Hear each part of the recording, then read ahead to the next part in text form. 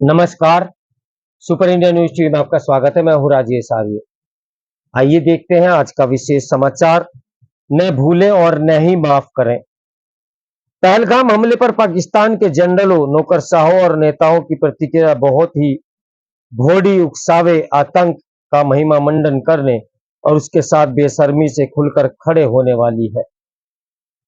पहलगाम में पाकिस्तान पोषित आतंकवाद की ओर से जिस तरह पर्यटकों से उनका मजहब पूछकर हत्या की गई, वह मानवता को कलंकित करने वाली ऐसी बर्बर घटना है जिसकी मिसाल मुश्किल से मिलती है। जिहादी आतंकियों ने पहले भी तमाम घटनाओं को अंजाम दिया है, पर कम से कम भारत में यह पहली बार है जब लोगों का मजहब बताकर हत्या की गई। साफ है कि आतंकी मजहबी उन्माद से प्रेरित थे। आतंकियों की ओर से इस तरह हत्या करने का एक मकसद भारत में हिंदू मुस्लिम खाई पैदा करना भी था।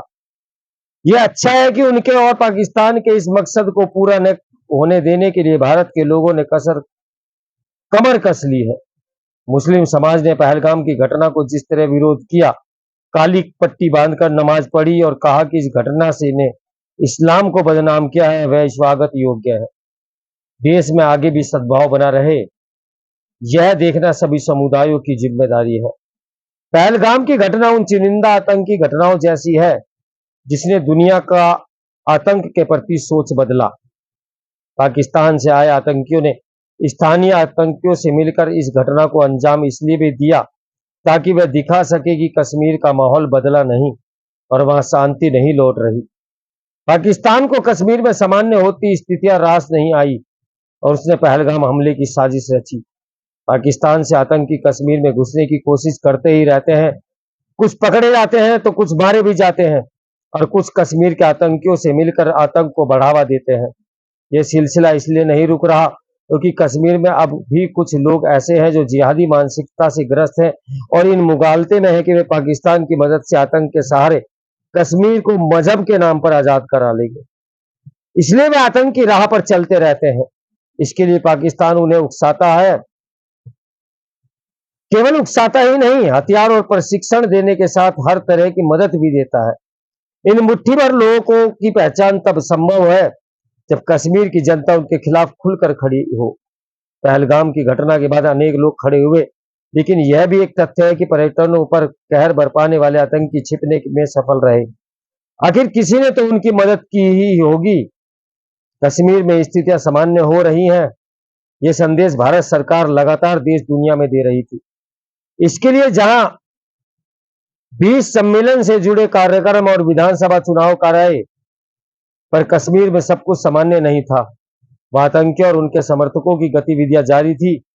इसी कारण वहां आतंकी घटनाएं हो रही थी जिनमें सेना को भी निशाना बनाया जा रहा था। इन घटनाओं की तह तक जाने की जरूरत थी। पहलगाम की घटना इस ओर संकेत करती है कि कश्मीर में कुछ ऐसे आतंकी तत्व भी शांति के पक्ष में होने का दिखावा करने लगे थे, जिन्हें आर्थिक लाभ के चलते पर्यटकों के आने से तो कोई परेशानी नहीं थी, लेकिन वे भारत से बैर रखना और आतंकियों का साथ देना नहीं छोड़ रहे थे। ऐसे में सभी तत्वों की पहचान और धरपकड़ पर प्राथमिकता से ध्यान दिया जाना आवश्यक था। आतंकी घटनाओं में कमी के बाद भी आतंक के प्रत्येक समर्थक की चुन चुन कर कमर तोड़ी जानी चाहिए थी ताकि वे पाकिस्तानी आतंकियों से मिलकर कोई कारनामा न कर पाते।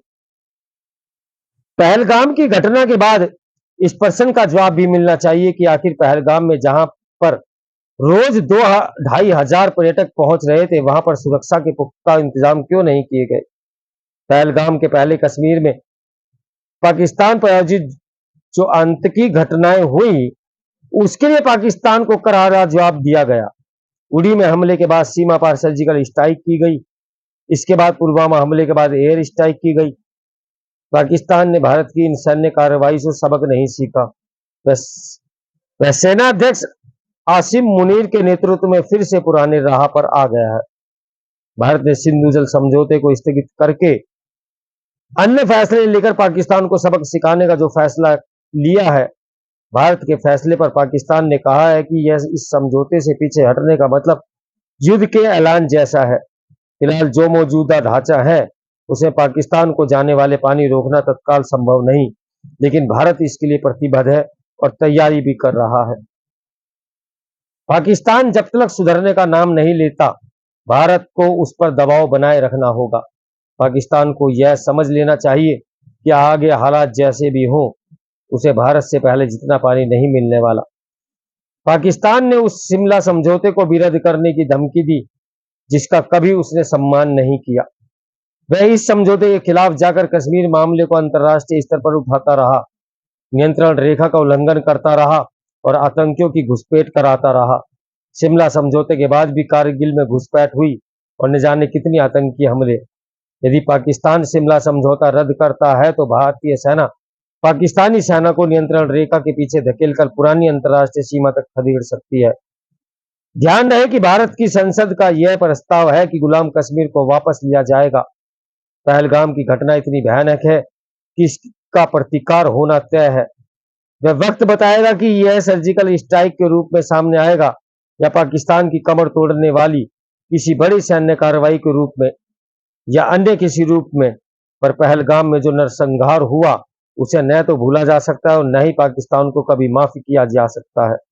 इसलिए और भी नहीं, क्योंकि पहलगाम हमले पर पाकिस्तान के जनरलों, नौकरशाहों और नेताओं की प्रतिक्रिया बहुत ही भोड़ी, उकसावे, आतंक का महिमा मंडन करने और उसके साथ बेशर्मी से खुलकर खड़े होने वाली है। तो मेरे साथ बने रहे सुपर इंडिया न्यूज टीवी की ब्रेकिंग न्यूज के लिए। नमस्कार, मैं हूं राजेश आर्य।